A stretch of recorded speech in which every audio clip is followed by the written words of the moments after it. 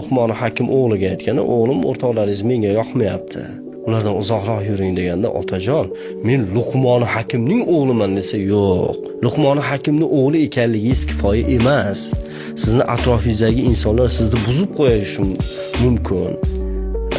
Sizni axloqingizga salbiy ta'sir qilishidan xavfdaman deganda, "Ya otajon" desa, "Tushunmabsiz. Boringda bog'dan 2 savat olma olib keling" deydi. 2 savat olma olib keladi. Ikkalasi ham o'sha yaxshi, toza, qutlamagan, chirimagan olmalar. Shunda bitta savatni shu holida qoldiradi, ikkinchi savatga bitta qurtlagan olmani qo'shib qo'yadi. Ustini yopib qo'yadi. Bo'ldi, endi ertaga ertalab kelib ko'ramiz. O'g'li tushunmaydi, hayron. Ertasi kun kelib qarasa, bitta savatda turgan, ya'ni yaxshi olma turibdi o'z holicha. Bitta qurtlagan olmani qo'shib qo'ygan savatdagi olmalarning hammasini qut yegan bo'ladi.